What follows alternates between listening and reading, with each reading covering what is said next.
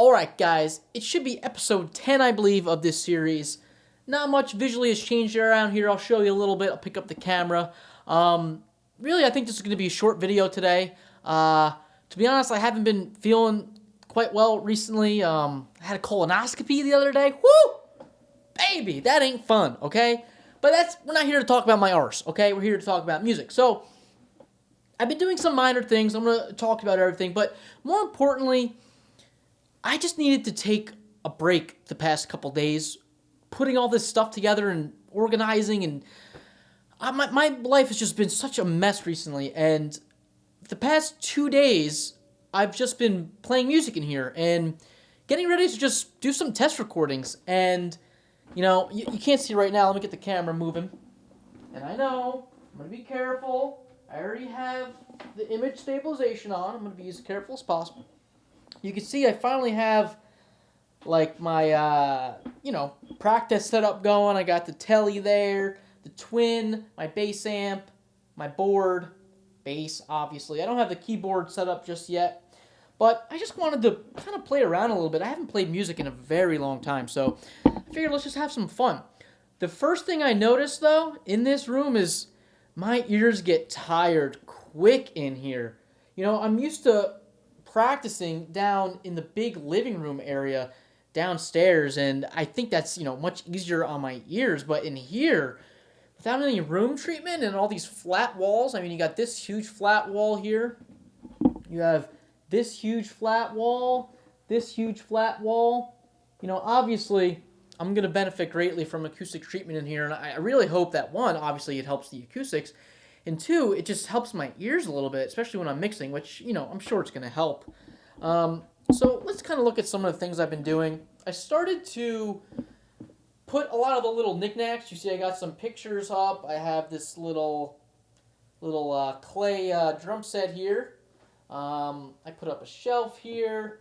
Pictures back here. I have a whole nother thing of pictures in here, but I'm going to wait until, the acoustic treatment's up, and I'll kind of put pictures where there's room. In the meantime, I started to, which I kind of got sidetracked the past couple weeks, I started to spray some contact cleaner in these pots, and as I mentioned in a previous episode, one, these are hard to get to, and two, they're, I think, sealed potentiometers, but if you're careful and you spray down the post here, sorry, I'm not that focused right now, but if you spray down the post, it seeps through into the inside of the potentiometers, and you can clean them out. And when I was doing my testing, oh man, these potentiometers were so dirty, you have no idea. And I'm probably going to have to do a couple rounds of spraying in there. I couldn't believe how dirty they are. Same thing with these faders. If I open this up quickly, it's kind of hard because it's a little dark, but I'm trying to show you. There's a lot of dirt in there, and right now these faders are sealed with the case, but there's a lot of dirt in these faders. Not dirt, but, lint and dust, and I think eventually I'm going to take these faders out one by one and give a proper cleaning. These Alpine faders are actually really easy and nice to restore, so to speak, and clean them out, so I'll do that eventually. I want to do some test recordings in here first and finally have some fun, because like I said, I've been just working. You see I got a lot of pictures hanging up here, some pictures up there. We're not going to talk about that in today's video. I'm going to leave that for a future video when I do kind of like a tour. Someone asked me a question. Let me put this back on the tripod. They asked me a question regarding this Alesis HT24. Give me a second here. And specifically related to the recording recording media that this Alesis HT24 records with. And it's actually, as I mentioned in the comment, it's a can of worms you're opening up with that question, but let me quickly explain here.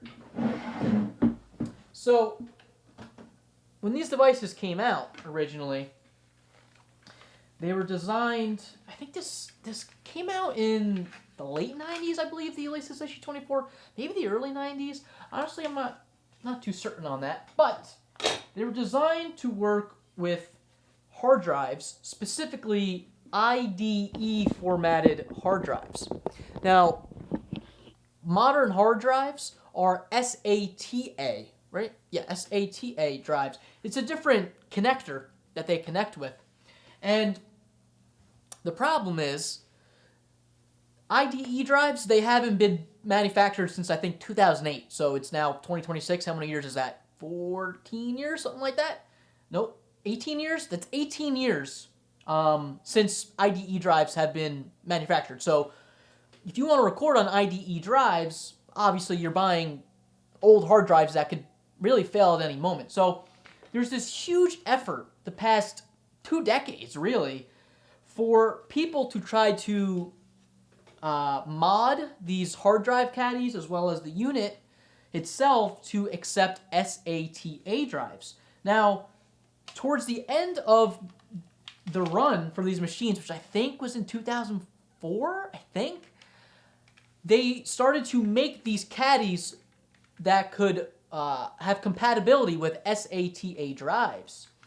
And those are hard to come by, so people have been trying to modify these IDE drives to accept SATA hard drives. And if you search this online, you'll find many forum posts about people talking about different ways of trying this, and for most people, it does not work. And the reasons for it not working are plentiful that people theorize, whether it's the capacitors inside this unit, whether it's the hard drive. I could go on and on and on. Let me get something real quick. One of the solutions that works for some people is buying this adapter by StarTech. And what this adapter does is it converts an IDE hard drive connection to an SATA connection. So, you could take one of the original hard drive caddies, plug this into the connection ports that are built into these caddies, and then you could plug in a modern SATA drive. This is especially useful if you want to utilize a solid-state hard drive, which, there's no moving parts with a solid-state hard drive. That's going to be the preferred method for a lot of people. Once again, I could go on and on and on about the reasons why this doesn't work. The unit freezes up, it fails. Everyone has different experiences. It's a huge can of worms, like I said. I don't want to get too much into it. So anyway, I've been trying over and over again to try to get my unit to work with SATA drives. And it was just not working. It was failing. The unit kept freezing up. It would work for a little bit, then it would stop working. Randomly, I go to get one of my old drives, and I didn't realize, but this one here is actually one of the drives that Alesis made towards the latter end of this unit's production run. Like I said, I think around 2004, where it already has the SATA connections. It doesn't have the IDE connections. I didn't even realize. It was just in my box of stuff, because there used to be this hard drive in it, but for whatever reason, this hard drive, when I bought this unit, was in here, and it didn't work. So I just always cast this caddy aside, never thought twice about it. And when I opened it up, I said, oh my God, this is an SATA style hard drive. I didn't even realize. So I had one of the caddies. So long story short, I put a solid state hard drive. I got this off eBay for like $20. It's 240 gigabytes.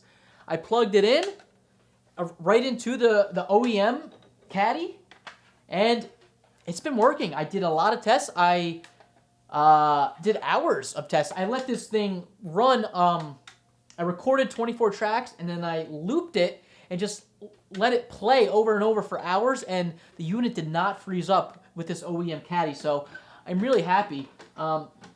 This caddy right here, I bought off eBay. You could still buy, sellers still buy this caddy with, I don't know why it's not opening up. Give me a second. Come on now, child. There you go. This is an IDE drive. It's 240 gigabytes in the OEM style caddy. It's not an OEM caddy, but it's the IDE caddy.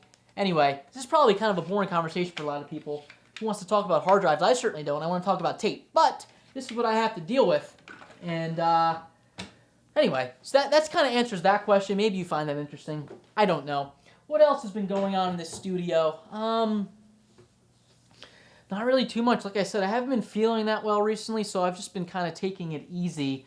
I don't know. I think that's kind of it for today's video. Like I said, I just wanted to keep it short and sweet. The next video in this series, I'm going to start doing some test recordings because let's just have some fun here.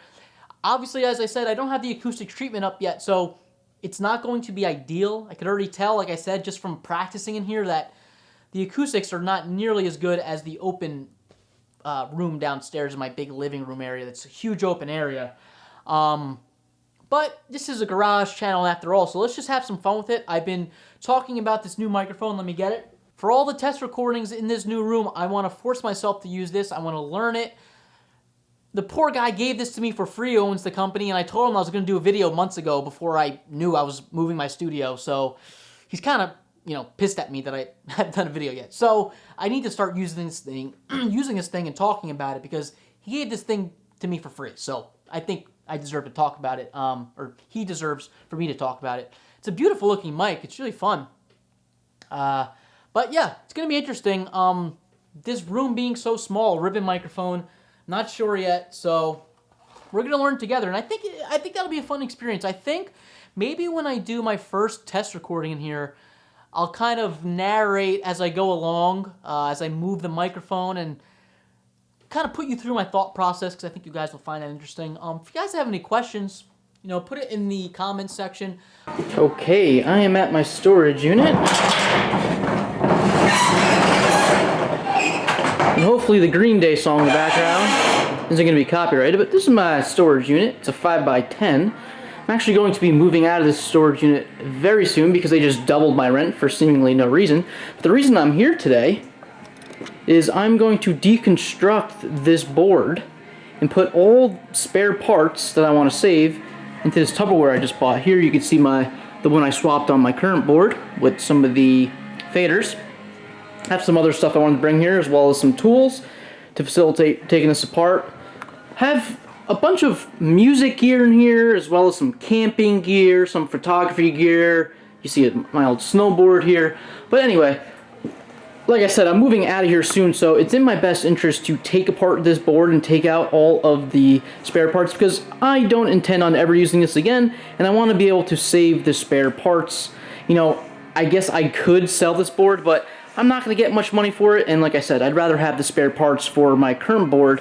And my current board, since it has 8 more channels, it's kind of cementing my future of always having access to 24 channels when I do some recording. So we need to get rid of this board and take the parts off it. I'm not going to record everything. I'll update you guys when I'm done. I only have about, let's see, I have about to 3:30 until I have to go to a party. So let's see how much work I could get done.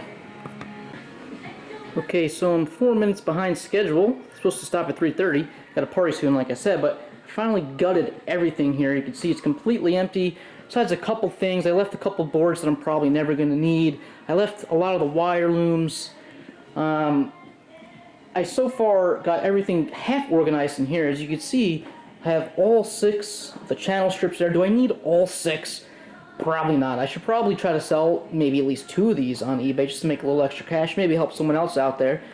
You can see a couple other things, like the VU meter board's important. If you notice on this board, there's 2 holes right here. That's to adjust the 2 VU meters, as there's 2, I don't know how easy it's going to be because it's dark in here, but there's 2 variable resistors to adjust the VU meters, which might prove useful in my board back at home. You can see this is the balance PCB, I got a headphone PCB, this is the power connector, this is the LED board for the LED meters for the channels. It's nice to have the LEDs here, as well as the chips. Those might prove useful one day.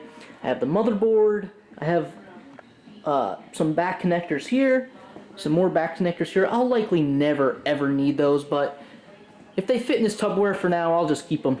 One thing that is interesting is that while I was taking this apart, I was trying to see if I could find the source of the popping noise that I keep talking about with this board, and there was no other PCB that I was unaware of during this whole thing. I mean, I guess it's possible that the popping noise is coming and, you know, maybe this PCB board that I didn't swap out, or possibly the VU meter PCB, but I highly doubt it. I still don't know what the source of that popping is, and whatever. It's not important at this point. You can see I have the faders there. I'm probably going to take the faders off of these metal plates here just to save some space and fit everything in here as neatly as possible.